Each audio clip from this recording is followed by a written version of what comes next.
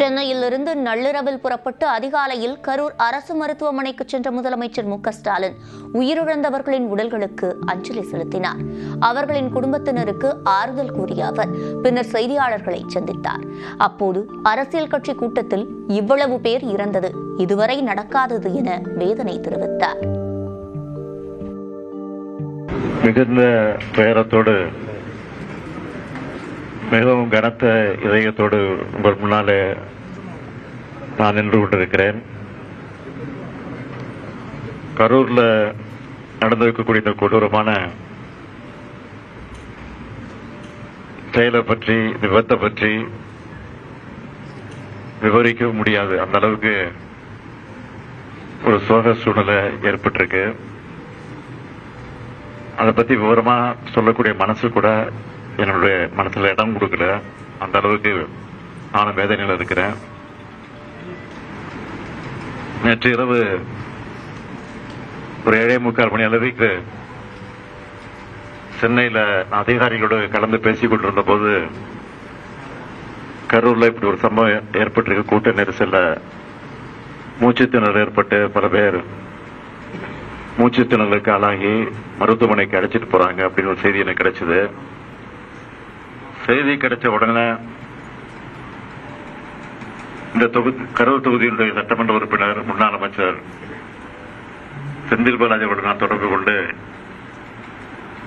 இந்த மாதிரி செய்தி கேள்விப்பட்டன, உண்மையா உடனடியாக நீங்க மருத்துவமனைக்கு போங்க, போய் என்னன்னு பாருங்கன்னு சொன்னேன். அதுக்கப்புறம் கலெக்டர் இடத்துலையும் தொடர்பு கொண்டு நான் கேட்டபோது அவரும் சில விஷயங்களை எல்லாம் சொன்னாரு. அடுத்த 5 நிமிடங்கள்ல மருத்துவமனைக்கு எடுத்து சொல்லக்கூடக்கூடிய முதல்ல 4-5 பேர் அழைத்துக்கிட்டு போயிருக்காங்கன்னு செய்தி வந்துச்சு. ஒரு போக போக பாத்தீங்கன்னா அதிகமான பேரை மருத்துவமனைக்கு தூக்கிட்டு போறாங்க அப்படின்னு செய்தி தொடர்ந்து வந்துட்டு இருந்துச்சு. அதுக்கப்புறம் பார்த்தா மரண செய்திகள் வர ஆரம்பிச்சிருச்சு. நான் கொஞ்சமும் எதிர்பார்க்கல. மரண செய்தி வர ஆரம்பிச்சோன்னே எனக்கு ஒரு அச்சம் ஏற்பட்டு உடனடியாக இந்த மாவட்டத்தினுடைய சுற்று வட்டாரத்தில் இருக்கக்கூடிய நம்முடைய அமைச்சர் பெருமக்கள், சுற்று பக்கத்தில் இருக்கக்கூடிய மாவட்டங்கள் இருக்கக்கூடிய அமைச்சர் பெருமக்கள் எல்லாம் தொடர்பு கொண்டேன். அந்த அடிப்படையில் அன்பில் மகேஷ் தஞ்சாவூருக்கு போயிட்டு இருந்தாரு. அவரை தொடர்பு கொண்டு உடனடியாக கரூருக்கு போக சொல்லி உத்தரவு போட்டு அவர் வந்தாரு. அதுக்கு பிறகு நம்முடைய மக்கள் நல்வாழ்வுத்துறை அமைச்சர் மா. சுப்பிரமணியத்தை சென்னையிலிருந்து உடனடியாக போய் என்னன்னு பாருங்க அப்படின்னு அவரையும் அனுப்பிச்சு வச்சேன். அப்புறம் டிஜிபி, சட்டம் ஒழுங்கு ஏடிஜிபி ஆகிய அதிகாரிகள் எல்லாம், காவல்துறையுடைய உயர் அதிகாரிகள் எல்லாம் தொடர்பு கொண்டு நான் உடனடியாக இதை பற்றி கவனிக்க வேண்டும் என்று போர்க்கால அடிப்படையில் நடவடிக்கை எடுக்கன்னு சொல்லி உத்தரவிட்டு அவர்களை அனுப்பி வச்சேன். அந்த செய்திகள் எல்லாம் என் மனசை கலங்கடிச்சது. அதுக்கு பிறகு உடனடியாக நான் தலைமைச் செயலகத்துக்கு போய் அங்க நம்முடைய மூத்த அமைச்சர் துரைமுருகன் அவர்கள், நேரு அவர்கள், வேலு அவர்கள் அமைச்சர்கள் சென்னையில் இருந்தாங்க. அவங்களையும் கூப்பிட்டுட்டு தலைமைச் செயலகத்துக்கு போயிட்டேன். அதிகாரிகளையும் அழைச்சு, டிஜிபியும் அழைச்சு அதுக்கு பிறகு கலந்து பேசி என்னென்ன செய்யலாம், என்ன நடவடிக்கை எடுக்கலாம், எப்படி நடந்துகிட்டு இருக்குன்னு விவரம்லாம் கேட்டேன். எல்லாரையும் முக்கியமான பல்வேறு மாவட்டங்கள் இருக்கக்கூடிய மாவட்ட ஆட்சித்தலைவர்கள், அதிகாரிகள், கரூரை ஒட்டி இருக்கக்கூடிய 5-6 மாவட்டங்கள் இருக்கக்கூடிய அரசு அதிகாரிகள் எல்லாம், மருத்துவர்கள் எல்லாம் உடனடியாக அந்த பகுதிக்கு கரூருக்கு போகும்படி உத்தரவிட்டு அவங்க எல்லாம் வந்து சேர்ந்திருக்கிறாங்க. அதெல்லாம் விசாரிச்சேன். ஆக இப்படிப்பட்ட நேரத்தில் பொதுமக்களும் ஒத்துழைப்பு தர வேண்டும் என்று நான் கேட்டுக்கொண்டிருக்கிறேன். அது சம்பந்தமாக அறிக்கையும் வெளியிட்டிருக்கிறேன். பெரும் துயரத்துக்கு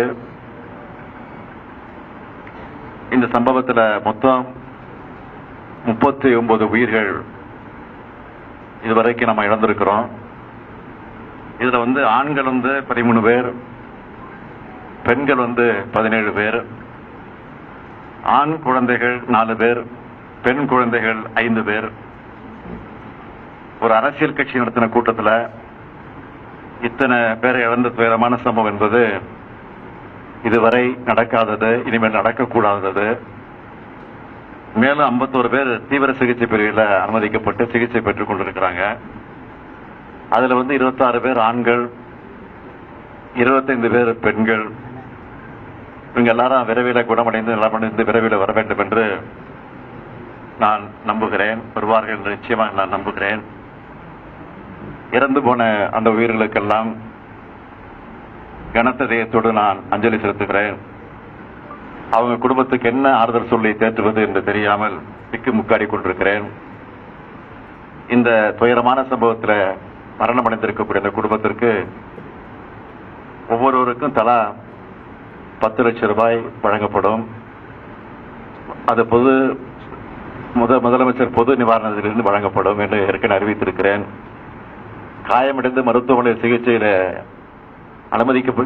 அனுமதிக்கப்பட்டிருக்கக்கூடிய அவர்களுக்கு தலா 1 லட்சம் ரூபாய் வழங்கப்படும் என்று அறிவிக்கப்பட்டிருக்கிறது. அது மட்டுமல்ல, ஓய்வு பெற்ற உயர்நீதிமன்றத்தினுடைய நீதியரசர் திருமதி அருணா ஜெகதீசன் அவர்கள் தலைமையில ஒரு நபர் விசாரணை கமிஷன் ஆணையத்தை உடனடியாக அமைக்க நான் உத்தரவிட்டிருக்கிறேன்.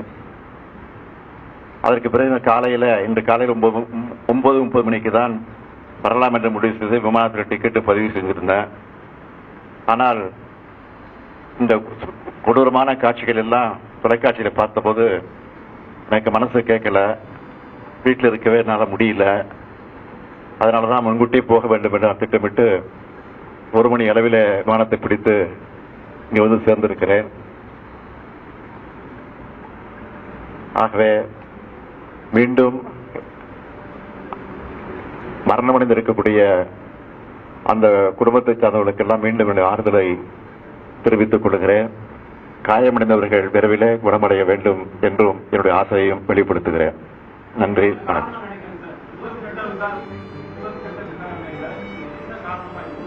அதுக்குதான் உயர்நீதிமன்றத்தினுடைய ஓய்வு பெற்ற நீதிபதி தலைமையில் ஆணையம் அமைக்கப்பட்டிருக்கு. அந்த ஆணையம் விசாரித்து முழுமையா சொல்லும். இதுக்கிடையில நீங்க கேட்கிற மாதிரி அரசியல் நோக்கத்தோடு எதையும் சொல்ல நான் விரும்பல. திருப்பி தான் சொல்ல போறேன். ஆனா ஆணையம் அதுக்காக அமைச்சிருக்கிறோம். அந்த ஆணையத்தின் மூலமாக உண்மை வெளிவரும். அந்த உண்மை வெளிவருகிறவர் நிச்சயமாக உரிய நடவடிக்கை எடுக்கப்படும். ஆணையம் சொல்லுகிற அந்த அறிக்கையின் அடிப்படையில உரிய நடவடிக்கை எடுக்கப்படும். யாரு கைது செய்யப்படுவார், யாரு கைது செய்ய மாட்டார், நீங்கள் கேட்கிற எந்த இடத்தோடு கேட்கிறீங்களோ அதுக்கெல்லாம் நான் உட்படுவதற்கு தயாராக இல்லை. விரைவில் வருவதற்கான முயற்சி நிச்சயமாக ஈடுபடும். பாதுகாப்பு குறைபாடு இருந்ததா சொல்றாங்களா சார்?